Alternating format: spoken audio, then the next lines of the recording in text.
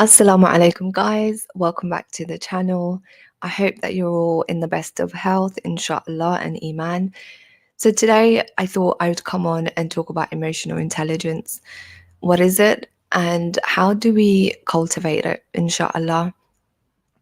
So, the best way that I've heard and I know that it's explained, inshallah, which hopefully would give us a bit more clarity, is that emotional intelligence is the ability to understand, use, and manage your own emotions in a positive way, to relieve stress, communicate effectively, empathize with others, overcome challenges, and diffuse conflict. So, this is something that is really important for all of us to be able to learn it, implement it, and also embody it, inshallah. And also to teach our children, subhanallah, because there's so much positive that could, there's so much that would be able to help a young child to self regulate and understand themselves, inshallah. So, when we have emotional intelligence, this allows us to manage our emotions in a productive manner. And therefore, inshallah, it would help us to transform them into positive outcomes for ourselves as well as others. So, there's two techniques that, inshallah, I would like to share with us today. And the first one deals with the four components of emotional intelligence. The second technique, which I will go into a bit later on, that would deal with language, because I think language, how we interpret things and how we understand, and the internal dialogue really does have a massive impact. So, subhanallah, without further ado, let's get into the four components of emotional intelligence. So imagine right now that there's a pie chart, right? So there's a chart and it's like a pie, right? And it has four corners. So the first corner is self-awareness. The second corner is self-management. The third, social awareness. And the fourth is relationship management. Now, these interlink. So if we have self-awareness, then it will link into self-management, right? Because we can manage ourselves. And sometimes, unfortunately, self-management could, be quite destructive. So I'm talking about in the positive sense, inshallah. The next will link into how we deal with people. So it's about social awareness, or not so much as people, but more so about our environment. And the third one is relationship management, and this is where it translates into how we interact with others, subhanallah. So I will start with exploring a bit more about this first, and then the four components of it, and then I will go into how the our internal dialogues actually affect us. So let's look at self-awareness, right? So the reason why I also really am a great believer in harnessing our emotional intelligence is that emotional intelligence involves the ability, like I said, to understand and manage our emotions. And experts agree that this type of emotional intelligence plays an important role in success. So, in our success, right? And some have also suggested that emotional intelligence, or EQ, as it's known, might even be more important than IQ. And in any case, researchers suggest that emotional intelligence is linked to everything from decision making to academic achievements. Subhanallah. So I think it's very important that and also I think the best thing with emotional intelligence is that it helps us to not displace our emotions. And this is maybe another topic for another day that I will explore with you guys, which is about how to recognize displaced emotions and how they affect us. And by the way, some people might think, why are you qualified to talk about it? So I have mentioned in a numerous videos that I'm by profession a therapist, a counselor.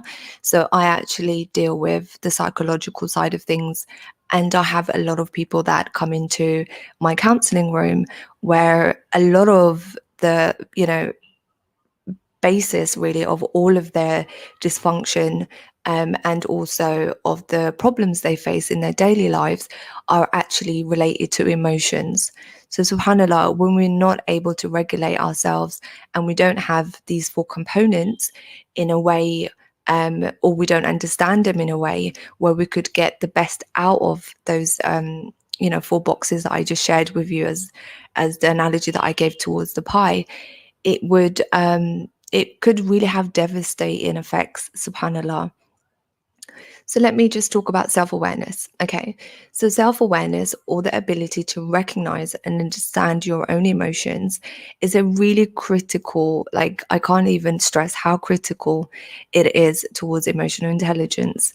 So beyond just recognizing, your emotions, how you feel, and how you perceive things, is also being aware of the effects of your emotions, that those emotions can cause on your actions, your behavior, your moods, and also the emotions of other people. So, to recognize self awareness, you must be capable of monitoring your own emotions, recognizing different emotional reactions, and then correctly identifying each particular emotion, subhanallah. And self awareness is an individual, is someone who's able to recognize the relationship between the things they feel and how they behave. So that's a massive part to it. So these individuals that are capable of recognizing their own strengths, may Allah make us among them, Ameen, and their limitations, are open to new information and experiences, and they learn from their interactions with others. So there's a gentleman who actually suggested or spoken about the four components, and his name is Goldman. So he suggests that people who possess self-awareness have a good sense of humor, they're confident in themselves and their abilities, and they are also aware of how other people perceive them. So that's a little bit about self-awareness. That's the first part of the chart. The next one is about self-management. So, when it comes to, in addition to being aware of your own emotions and the impacts you have on others, emotional intelligence also requires you to be able to regulate. So, that's the whole, you know, the understanding I think I want to drill in on this topic is about regulating and managing your own emotions. So this doesn't mean putting your emotions, i.e., on lockdown or hiding your true feelings. It really simply means waiting for the right time and place to express them. Subhanallah. So, like if you're at work, for example, and your boss is, maybe a bit disrespectful, or the way they've spoken to you is not, that's something, a way that's favorable to you. It's not about, just blurting all your emotions out and kind of going a bit hysterical. It's more so about being attuned to the moment. So seizing the moment where you could maybe put someone aside, or if someone, says something to you that you feel uncomfortable about, it's not going on defense and attacking the person back. It's about just taking that step back for a second, really analyzing and really understanding that, what, wow, I actually feel really agitated, or I feel frustrated, I feel angry.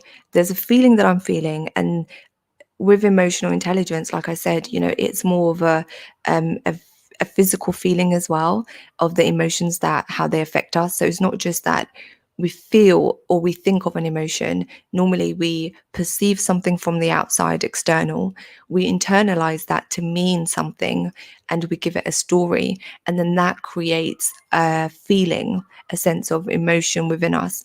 And motion, I'm sure you guys all know, it's something that's in motion, and the best way to be able to internalize or understand that feeling that you're feeling, whatever that you've identified that emotion as, is knowing that, okay, you know what, could I, is it going to be a positive outcome if I just kind of address what I'm feeling now, or do I wait and, find a time where it's best suited, where I could put or get that person aside and then express how I feel with them without, making them feel, putting them on defense and also putting yourself on defense. Subhanallah. So like I said, it's really about regulating, and this doesn't obviously mean, like I said, shying away from the fact that you feel something, because we know that it's not, the problem is not what you feel. The problem is how that feeling manifests, right? So inshallah, those that are skilled, again, may Allah make us among them, because I think this is something that we need to practice, and practice makes perfect. Um, those that are skilled at it, at being able to self-regulate, they tend to be flexible. They adapt well to change, and that's another thing. It's circumstances and situations. We don't control our outside environment, right? Our external. We only control the internal. And they're also good at managing conflict and diffusing tense or difficult situations. Goldman also suggests that people who self-regulate and they've cultivated this, they're people that are highly conscious, and they're thoughtful about how they influence others, and they take personal responsibility for their own actions. So now I'm going to go into the next corner in the pie chart, which is the social skills, social management. So with this, really it's about being able to interact well with others in every aspect, inshallah. And again, this is work in progress. So sometimes, I don't want us to feel bad or to make ourselves feel emotions that are not going to be positive, which again, I will lead on to the second technique, which is about language. But it's about knowing that, you're not always going to get it right, and that's okay. But it's about quickly recovering from those events. So true emotional understanding involves more than just understanding your own emotions and of the other, right? You also need to be able to put this information to work in your daily interactions and communications. In professional settings, normally managers benefit by being able to build relationships and connections with employees. So workers benefit from being able to develop a strong rapport. So this is something that, the qualities that normally someone who's able to build good communication or rapport with people, they tend to have. And the social management skills normally include active listening skills, verbal communication, and also non-verbal communication, and persuasive. So leaders need to lead, and these are the qualities that managers tend to normally have, if they're good managers, that is.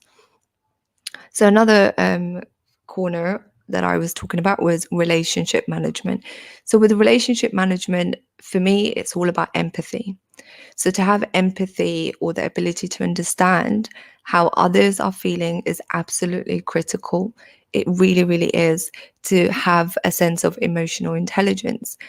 But it involves more than just being able to recognize the emotion or the emotional state of someone else. It also involves your responses to people based on the information that's coming to you from the outside. So when you sense or you feel that someone is sad or hopeless, how do you respond to them? Or when someone's been angry or frustrated with you, what's your actual response to that? So you might treat them with extra care and concern, or subhanallah, you might be able to have empathy and differentiate your feelings from theirs, and know that if someone's been really mean or quite horrible to you, it's understanding that what, maybe that person has issues that you're not actually aware of in that moment. So maybe that person's projecting things that they've gone through at the day. Maybe their child was sick, or maybe they've had a row or an argument with their spouse, or maybe they're going through something really crazy, and for them, that's the best way. They kind of take it out on you, which is definitely not acceptable. But again, it's about how we manage those feelings and those emotions, inshallah. Wa alaikum assalam wa rahmatullahi wa barakatuh. I hope you're all well. Sorry, I was actually reading off my notes, so I didn't see. But Jazakallah khairan, MLK, Persia, sorry, WM. Jazakallah khairan all for joining. Wa alaikum assalam wa rahmatullahi wa barakatuh to you all. So now we'll go into the second technique. So just a quick recap. The first technique was the 4 components of emotion intelligence, which involves self-awareness, self-management, social awareness, and relationship management. Now the bit that I really want to concentrate on is dealing with language, because I think language is something that's really important for us to be able to understand, inshallah. So there are 2 kinds of languages, right? So one is the empowering language, and the second is the disempowering language. So empowering language is a positive, affirming, and energetic, which is a reflection of our tonality and also our physiology. This kind of language also increases the circle of influence around us, as well as the positive emotional state within us, inshallah. So it's having that base, that positive base that, whatever the world throws at us, we tend to filter it through a base that's positive, and the language that we give to those experiences tend to be positive. And we know, as people of faith, alhamdulillah, in Islam, you know, I always reference this hadith where, the Prophet, peace be upon him, said that, for a believer, there's various of different things that happen, but, the 2 traits of a true believer is that, one, they're patient when something happens or befalls them that we perceive as negative. And the second is to be grateful and to have gratitude, inshallah. Now, on the other hand, the disempowering language, which is based on ambiguity, right? Which is based on confusion, which is based on disempowering and also demotivation. So the first quality of a person who, or a trait of the belief that a powering or an empowered person has, is that their language, the dialogue they have with themselves and with others, is positive, and it comes from a place of, I create my life, I influence my life. Where on the disempowering, the belief that an individual will have is that they use disempowering words such as others create my life, others influence my life, and whatever happens in my life, the responsibility and the locus of control lies with others, right? So it's coming from like a place of victimhood. May Allah protect us. Wa alaikum assalam.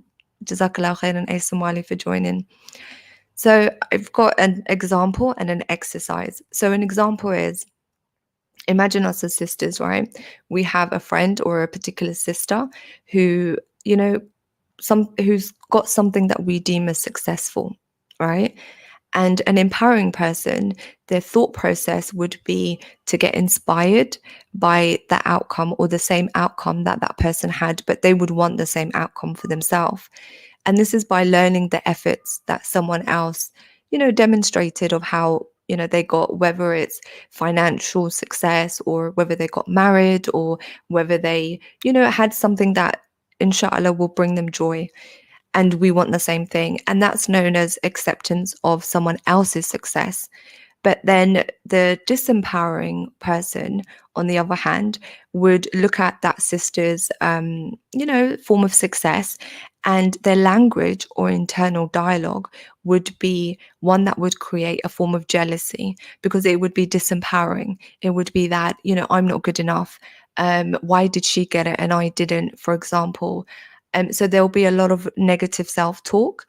And please remember, jealousy and happiness does not coincide within the same arena, unfortunately. It really doesn't. So when I talk about the language, the internal dialogue, it's really important for the components of emotional intelligence.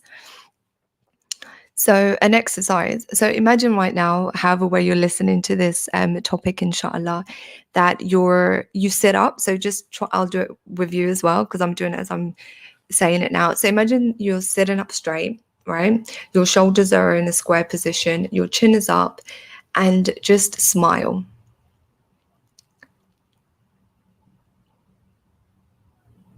And as I'm doing this now, and I can't help but giggle, but as I'm doing this now, I feel warm. I feel like there's a sense of happiness, right? Just that simple thing as just smiling, that creates when I'm sitting up straight and my shoulders are, in a squared position.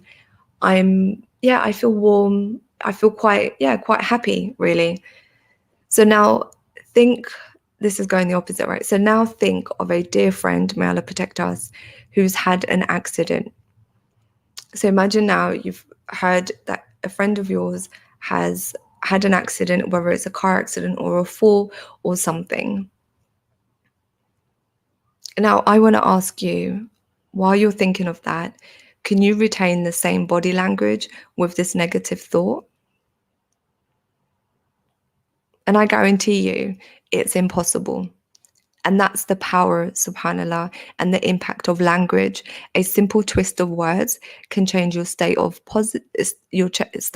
change your state to a positive or a negative, subhanallah. So this is where we have to be really mindful of or the language, even more importantly, that we use. So now I'll go into why it's really important. So why is it important for us and to have these, essential techniques to be able to learn what emotional intelligence is? And the reason for this practice is the exercise that I just said, and also the example I gave, is for us to be able to reflect. And the more we practice on because emotional intelligence, some people, may Allah, made it easy for them, alhamdulillah, and they just, they've got it, and maybe that's a gift. And the rest of us, we might need to work on it, and it's about practice. It really is about being practice and being mindful, and self-awareness comes into play, inshallah. So the reason why it's important is for us to understand that our emotions have an impact on our wellness, on our health, and on our well-being. So now imagine, right, there's 60 trillion cells that we have in our body, subhanallah, and they're either in harmony with each other or they experience dis-ease with one another. And this is due to the positive or negative thoughts that we have. Wa alaikum assalam, jazakallah khairan, Somali speaker, for joining, subhanallah.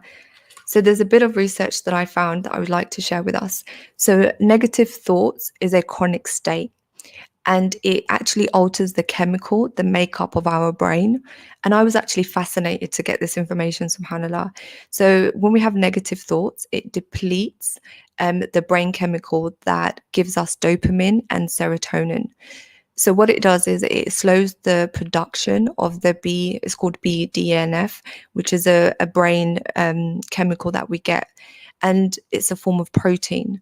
And this protein, we require it for it to be able to generate new brain cells for formation. So the MRI and functional imagining testing have actually proven that our thinking and our method, or our modality and the patterns of thoughts, can really impact the way our brain is structured. And this is how our brain is wired, subhanallah.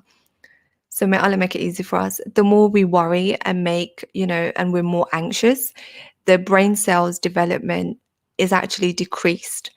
And this is it lessens the secretion of that chemical, and it doesn't stimulate for it to grow new pathways or new cells. And what this does, actually, the crazy thing is, the chronic worrying or the negative thoughts that we have, it actually impacts the size of our fear center. So it accelerates the brain aging process. It increases the risk of psychiatric illnesses. Chronic stress changes the brain down to the level of the DNA. So, it literally, the thoughts that we have, right down to our DNA, it actually affects it, subhanallah. So I just thought I'd put that out there because I think it's really important to know, if we don't get hold of our thoughts and, our emotions, the actual effect that they have on us, subhanallah. So when our negative thoughts actually attack our, cells, so our cells just, they create a sense of disunity, disharmony within us, then this also manifests in the outside world, subhanallah. And maybe that's why we're all, at each other's throats half of the time, because it affects our mental state. So when we have a negative emotion or a negative thought, not a negative emotion, because it's the thought that creates the negative emotion. So when we have a negative thought in our mind, we're not able to think positive. It's like our mind has been hijacked, subhanallah. So the mind doesn't have a mind of its own. It sounds crazy when we think of it, wallahi, subhanallah. So this takes and whatever we're feeling as well, in our brain, unfortunately our brain can't distinguish what's, reality and what's not. And we know that there's so much, extensive research that's been done to this. So when we think of things, it's literally as if it's happening now, or it's reoccurring in the present in real time, right? So we're actually in control of this, subhanallah. So when our cells are in hatred, and because of the thoughts and the language that we're using internally, the dialogue with ourselves, this leads to a condition called dis-ease. And this could come out in high blood pressure.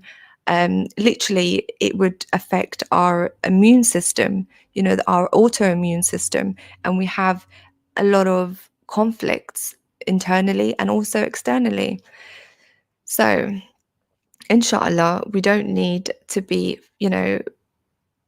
we don't want to be in a physical and mental state which is unhealthy and unproductive for us. But instead, what we want, inshallah, is a healthy mindset, a healthy baseline. So we want to be able to be healthy physically, and also therefore then it will manifest into our body, inshallah. I don't have negative thoughts. Allahumma barik. May Allah make it easy for you. Am I okay? I mean, make it easy. I mean, may Allah make it easy for us and grant you the steadfastness for that, inshallah. Emotional intelligence is a gift or a skill to develop. I would definitely agree. So there are ways to, metrics to mechanism to measure emotional intelligence, as we do for intellectual. Oh, that's gone up. Intellectual intelligence. Yes, this is very true. Our thought impact the emotions, but that the emotion can influence our thoughts too. Definitely, subhanallah. May Allah make it easy for us. So it's really about gaining control and having that understanding. And it's actually been said, right, that scientifically, I don't know about the self-awareness bit, but it's scientifically proven that women are by nature emotionally intelligent, because I think this is our natural disposition anyways, right? For a number of reasons, from biologically, to also the way we've grown up. So the three parts that women tend to be more skilled at than men, and the assumption for this really is because it's probably the way we've been brought up, the fact that women are allowed to express, and are expected to express their emotions.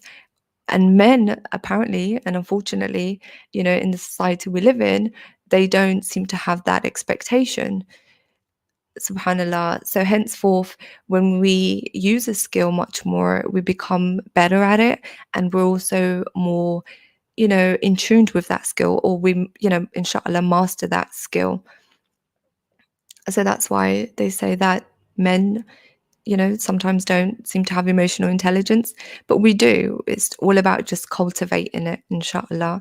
So women have a different emotional makeup than men, which is determined by a lot of the hormones and a lot of, the attributes that we attribute to femininity, or, feminine stuff. Wa alaikum assalam wa rahmatullahi wa barakatuh. Thank you for joining. and his sister are examples of IQ and EQ, but where I don't really connect to that show. Okay, subhanallah. Didi, jazakallah khairan for sharing that. Subhanallah. So, what else could we say about just men and women in general? Another thing as well is that, when we think of that the society as a whole, like I said about the difference between men and women, is that, society is built on the principles of, a patriarchal system, society. And so a lot of the time, this means that the attributes that are celebrated, and that are, you know, I guess the attributes that are the qualities of leadership, which men tend to be attributed with, are leadership qualities, would be power, strategy, and persuasion. So we tend to celebrate and reward these kind of attributes instead of women. It doesn't mean that men and women are, better, one is better or not. It just means that we generally have, different positions, when we look at the differences. A woman's, attribute, you could say, or her leadership qualities are empowerment, because it's about community, it's about nurturing. She tends to have qualities that would, inshallah, be given to more of a caretaker role, a nurturer, because that's what, we need to be able to raise children, subhanallah. So it's literally within our DNA. The EQ, women tend to be a lot better because we have, I guess, an advantage over men in that sense. But then also men have an advantage over us when it comes to being able to be stronger, physically, as well as being able to not be affected by emotions as easily as women. Subhanallah.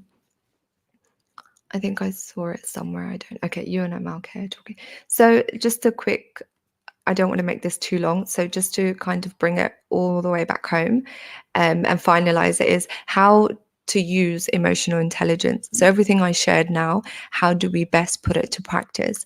So emotional intelligence can be used in many different ways in our daily lives, inshallah.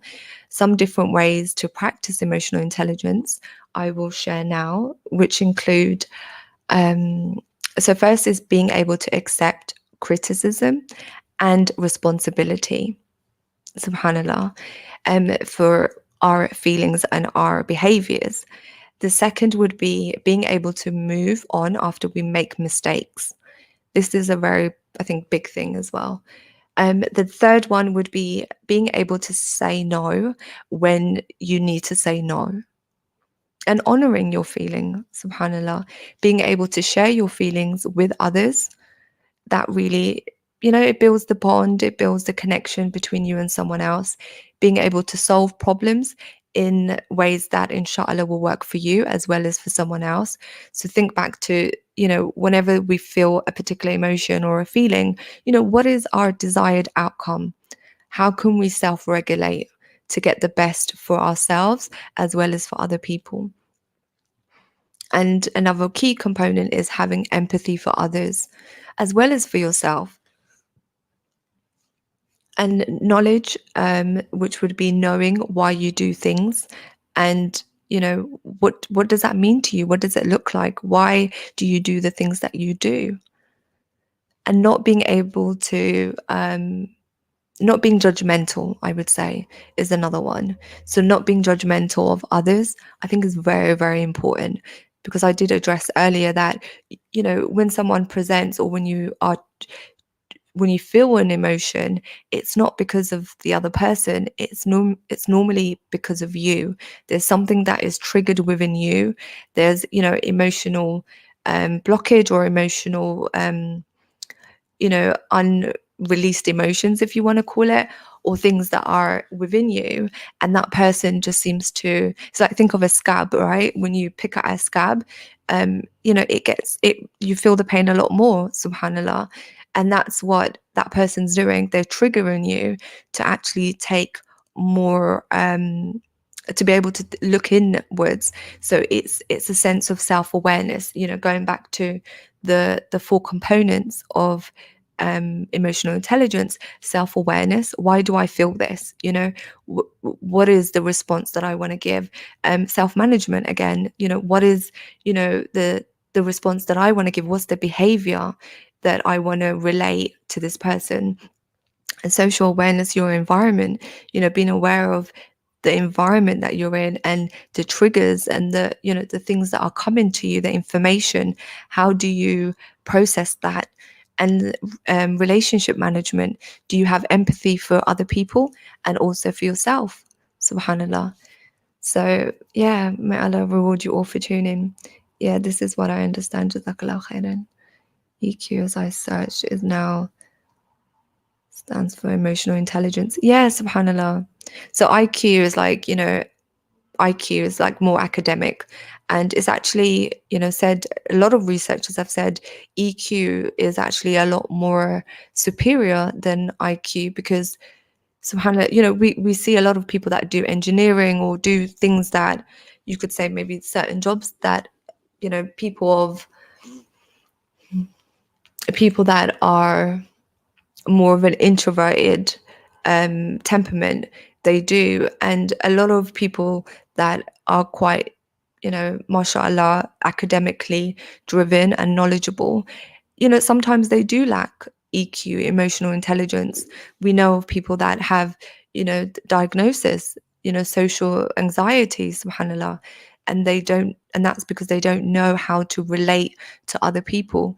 So emotional intelligence, for me, I think it's something that's really important, because you can have all the knowledge in the world, but then if you don't know how to relate to another human being, mind you, we have, two connections. We have a connection with Allah, and we have a connection, firstly, with ourselves, and also a connection with other people. So we have three connections that we have to regulate.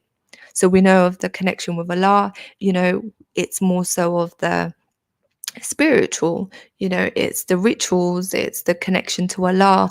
But then even when we think of the connection to Allah, like as I'm thinking of it now in my thought, we still need to have a sense of emotional intelligence, because like I said, emotional intelligence also has a lot to play in, or has a lot to do with, shall I say, the language that you use. And another hadith that I always reference on this channel is that Allah subhanahu wa ta'ala in Hadith al-Qudsi told us that He would be to us how we perceive Him. So now if I have an internal dialogue with myself where I'm constantly self-judging, in a negative way, because I think to judge yourself is crucial, because it helps you to put things into perspective. Do you move towards the positive, or are you going towards negative? But I think it's also important because you have that dialogue between you and Allah. Now, do I see Allah subhanahu wa ta'ala as someone who's going to punish me? Someone who's out to get me? Do I see Allah as someone who's, just waiting for me to fail and make a mistake? Or is the internal language that I use of how I perceive Allah with myself, is it positive? Is it a language that will empower me, where I know that Allah subhanahu wa ta'ala is the most forgiving, He's the all forgiving? Do I know, do I tell myself when I've made a mistake that, do you know what, I just need to pray to Raq'ah, make my amends with Allah and keep it moving, or do I ruminate and, use that emotion of feeling guilt, or feeling, not good enough, or I'm not worthy, to, disable me, subhanallah. So it's really, it really has a lot to do with how we internalize a lot of our Islamic teachings when it comes to Allah, and how to be able to perceive Allah in His true essence, that He is a merciful God. Three things that I always reference again is that Allah is the creator, subhanallah. Allah is, the Allah is the most knowledgeable, and Allah wants good for us, subhanallah. So if we always remember that, Allah created, so Allah created my emotions, Allah created how I feel, my states, that I seem to go through, and how those represent is what I'm in control of, how I use those, human attributes or human things that we've been given. The complexity of a human being is that we have things Allah's given to us, but how do we make use out of that? How do we take, are we grateful? That's the other thing. Are we grateful for our emotions? Subhanallah. We have a variety of emotions. Imagine we couldn't feel nothing. Imagine, you couldn't feel sadness. How would you truly know, what it feels like to be happy if there's moments in life where we don't, go through these very, variety of emotions? How do we distinguish um guilt from, shame? So, when we have shame, it's shame that, in front of Allah, that we've done something wrong. Is that, natural disposition? These emotions are within our fitra. They're things that we're born with. They're components that we have. Subhanallah, is our makeup of what it is to be a human being. We have chemicals, we have, chemical imbalances, we have all these different things that play into it. And it's really having self-awareness. Is going back to why you do the things you do and why do you feel that, and how do you get out of those feeling states so you can turn them around into a positive mind state, inshallah. Everyone watching this video, please share as many different. Jazakallah khairan. May Allah reward you for your support, brother. There are free connections to yourself, to Allah, and to others. Definitely MLK. I would totally agree with that. May Allah make it easy for us all, inshallah. So that's really my take on emotional intelligence. There's definitely, different angles we could take this and look at it from. And maybe I will revisit this topic, inshallah. But I really just wanted to share that with you guys, where to give us empowerment, empowering language, and to have a greater understanding of our human experience, inshallah. So I pray that you all have a blessed Friday. It's Friday today, so may Allah accept all our goodness from us, inshallah. And I will catch you soon. Assalamu alaikum wa rahmatullahi wa barakatuh.